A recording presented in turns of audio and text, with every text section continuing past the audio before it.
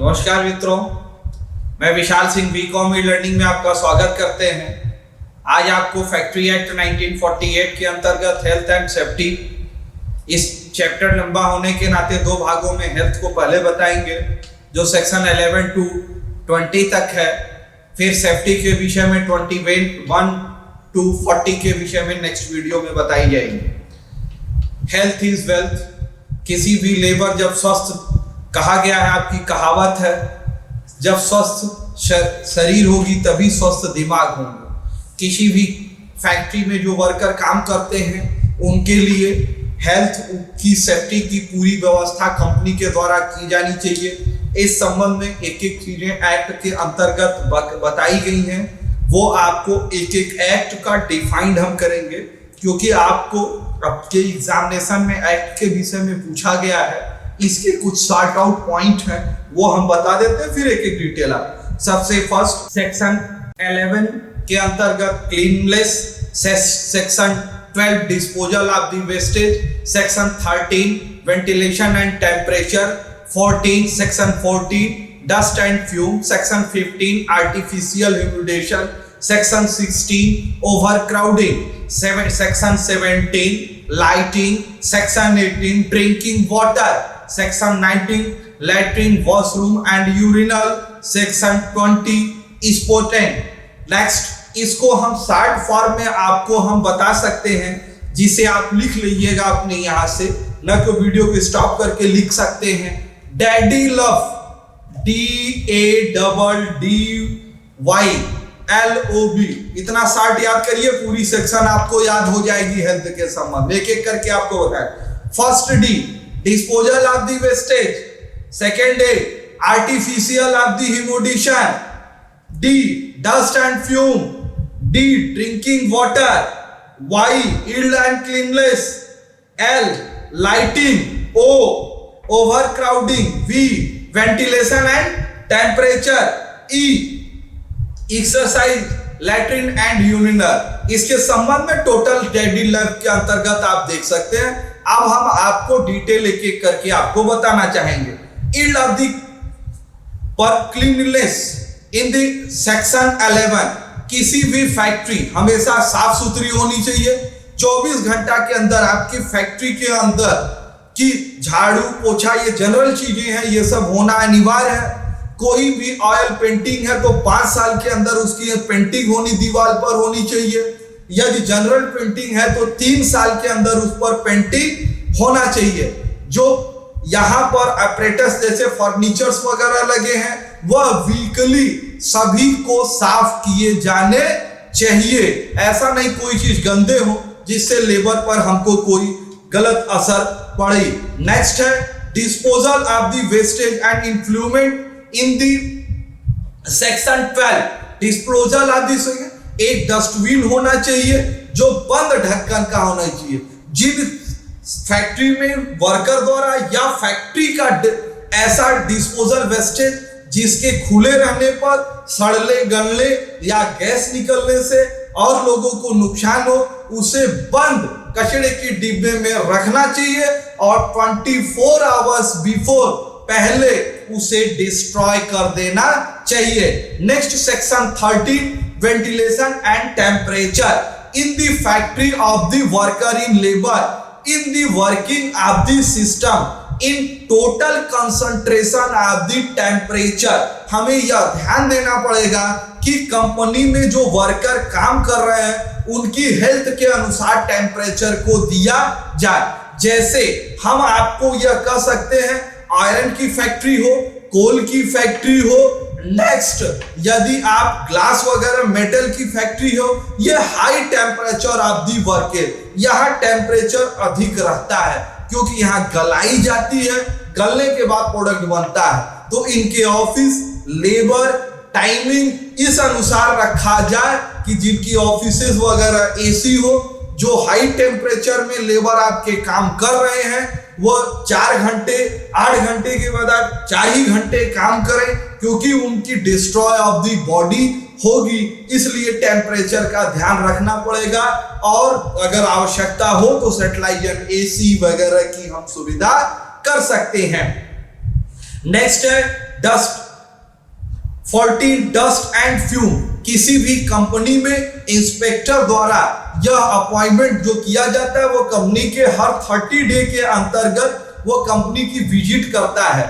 जैसे आप coal company होती हो, आपके पत्थर काटने वाले या डस्ट उड़ती है, विजिट करने पर वो लेबर को देखता है कि डस्ट एंड फ्यूम, तो वह यह ऑर्डर दे सकता है कि प्रत्येक एम्प्लॉय को कंपनी के द्वारा मास्क वितरण किए जाए जिससे उनको सांस लेने में दिक्कत न हो।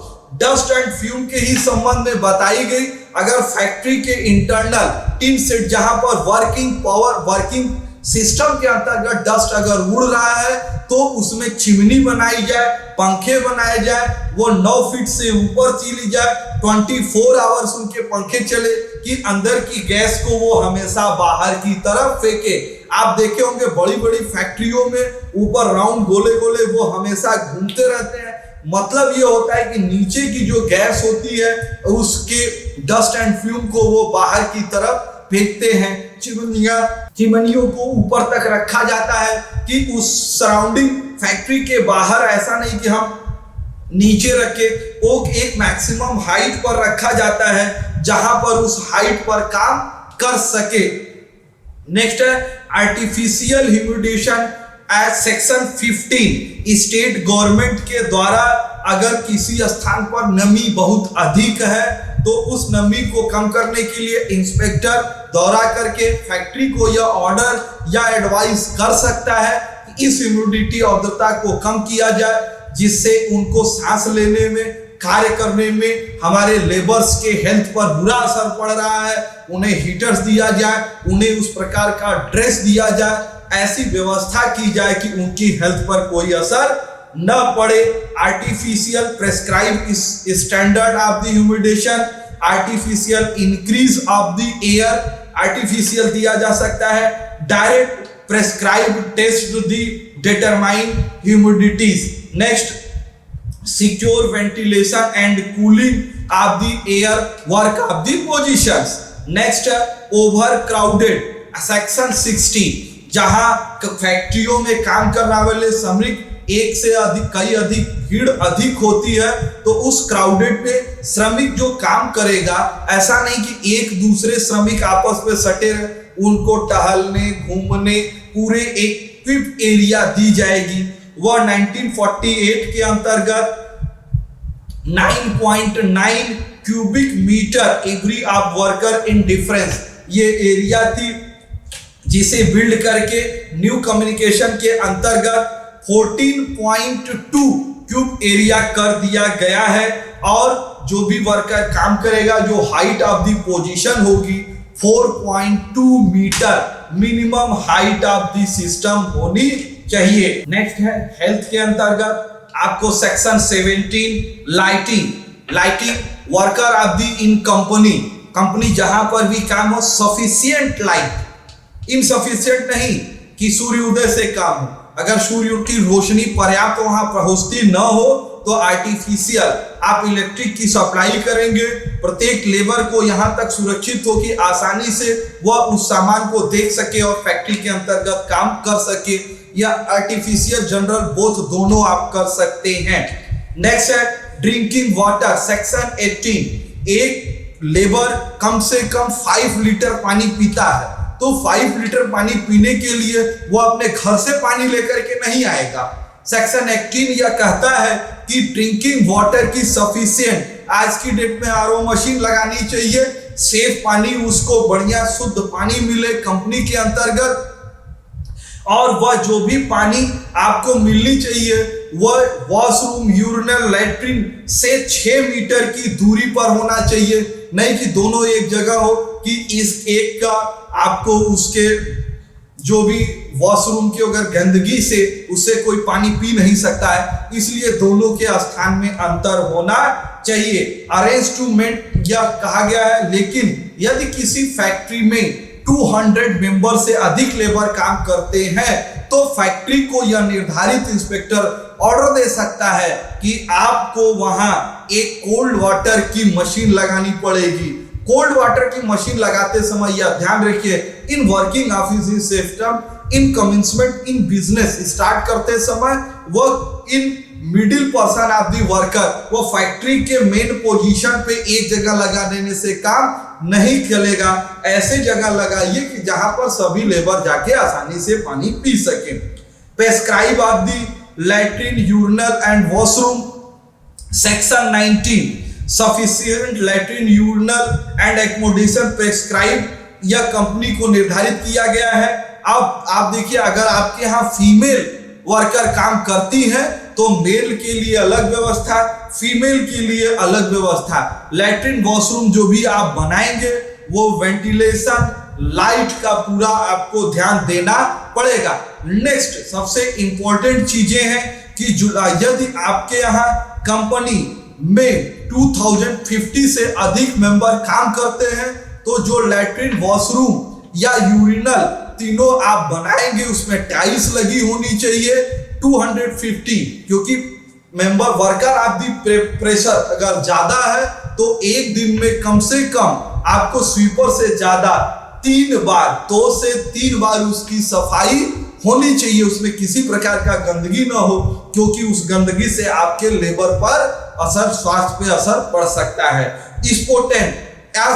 स्पोटेंस थूकना, यहाँ तो एक आदत यहाँ की है, जहां मन किए तहां थूक लीजिए, तो ये फैक्ट्री एक्ट कहता है ऐसे व्यक्ति पर पेनाल्टी लगाइए और उनसे जुर्माना वसूलिए।